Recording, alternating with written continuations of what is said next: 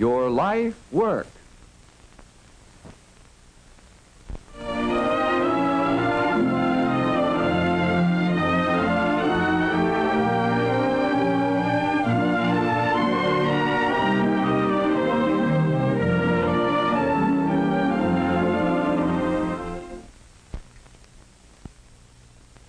If a lump of calcium carbide is dropped into water, bubbles of gas will rise. If this gas is ignited with a match, it will burn. The gas is acetylene, and when mixed with oxygen in the proper proportion, it produces the intensely hot blue oxyacetylene flame used in welding.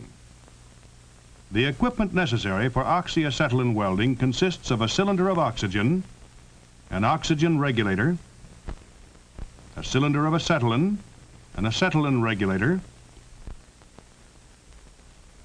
lengths of oxygen and acetylene hose, and a welding torch. Mounted on a hand truck, such an outfit is readily portable and can be taken to the work no matter where it may be located. For large-scale welding operations, the equipment is somewhat more elaborate. Oxygen and acetylene may be piped throughout the shop or plant from a central point. In all welding, suitable clothing must be worn to protect the welder. For oxyacetylene welding, goggles must be used with lenses of special colored optical glass which protect the eyes from the bright flame and the intense glare of the molten metal. The welding torch mixes the oxygen and acetylene together in correct proportions. Separate valves regulate the volume of oxygen and acetylene. In lighting the torch, the acetylene valve is first opened slightly, and a friction lighter which strikes a spark is used.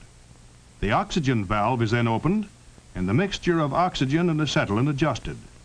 Because the temperature of the flame can be varied to suit the type of work, the oxyacetylene welding process is a very valuable one. The pieces of metal to be welded together must be prepared properly so they are free of any foreign matter. They are held in position with due allowance for shrinkage. When the flame is passed over the edges, the metal is quickly heated to a plastic stage. The welding operator uses a welding rod of metal similar to that being welded. The metal from the rod is melted into the joint, thus fusing the parts into one solid piece. The easiest welding position is where the work can be laid out flat. However, when overhead or vertical welds are made, the temperature of the metal must be controlled very carefully, for if it is too high, the weld may sag or drop out. The first-class welding operator must be able to weld work in any position, and he must be able to weld all materials. Many various metals can be welded, and welding is not only a trade in itself, but a part of nearly all occupations in which metal is used, including sheet metal work, boiler making, and steam fitting. The welder often uses oxyacetylene flame for cutting iron and steel, employing a cutting torch. This is similar to the regular torch, but it has an extra valve, operated by the thumb or finger, which controls a stream of pure oxygen.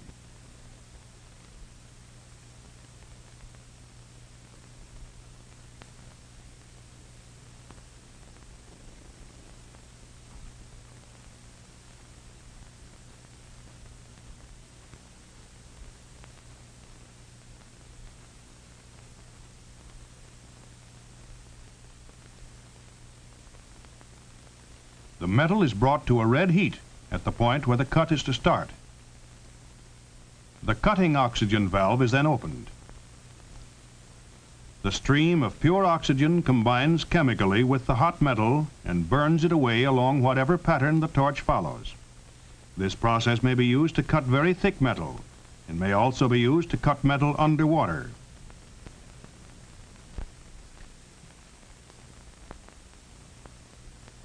Spot welding is one example of the type of electric welding known as resistance welding. One of its important uses is that of joining sheet metal together. The spot welder is a machine with two copper electrodes. The sheet metal to be welded is placed between the points of the electrodes and the current is turned on. The resistance of the sheet metal to the electric current which passes between the electrodes causes it to heat quickly to the fusion point, and pressure on the electrodes squeezes the metal together. Other types of resistance welding are similar in nature.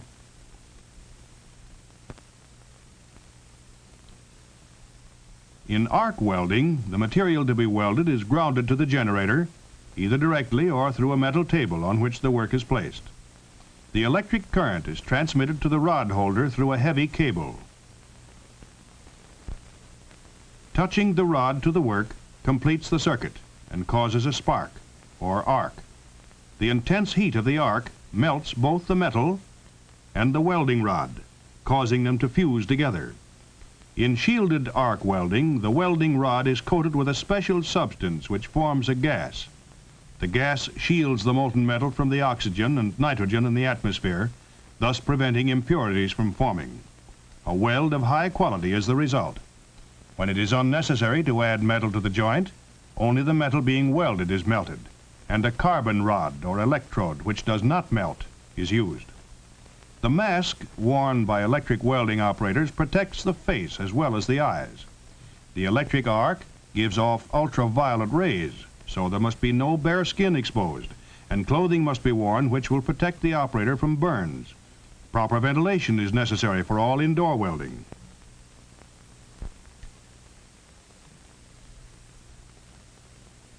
In production work, the welding operator may work on only one kind of material, held in a jig or form, and with just one kind of welding equipment. The operator may become highly proficient in specialized work and still not qualify as a skilled welder in other types of work. Job welding calls for a greater variety of skills. One time the welder may use the oxyacetylene flame, and another time the electric arc.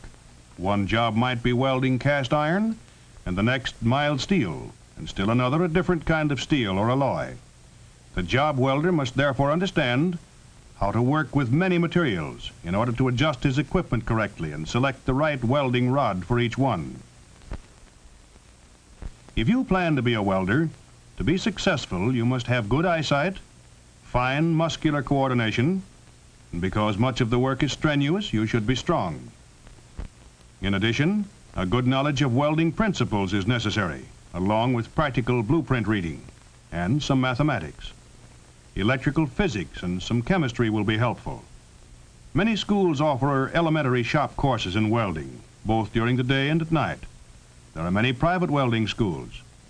If you decide to attend one of them, investigate thoroughly and select a good one.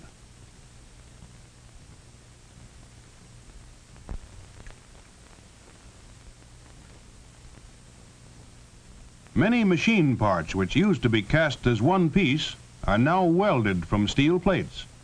This process provides greater strength with less weight and at lower cost.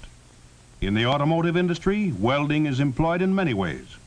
It has made possible strong steel automobile bodies, as well as the coaches and engine cabs of streamlined trains, lightweight and attractive in appearance.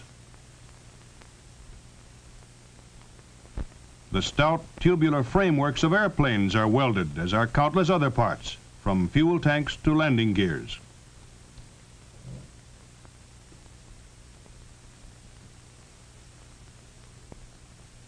Such welding is carefully inspected, and if you choose welding as your life work, it will be worth your while to work hard to qualify yourself as an inspector. There are many welding jobs in shipyards. Large hull sections can be welded together in shops, then hauled and hoisted to the ways and welded into a complete hull. Because no rivet holes are necessary, welding is stronger than riveting. Weight, which can be saved by using lighter plates and by eliminating rivets, increases the ship's carrying capacity. Members are welded in constructing large buildings, skyscrapers, bridges, and other engineering projects in place of riveting them. If you like outdoor work, this offers an interesting job in the welding field, as do many other types of job welding. Pipeline welding should also interest you. Welding crews travel across the country, welding lengths of pipe together. This work, too, is carefully inspected. and you will have to pass special welding tests before you can do pipeline welding or weld any other high-pressure equipment such as steam pipes or boilers.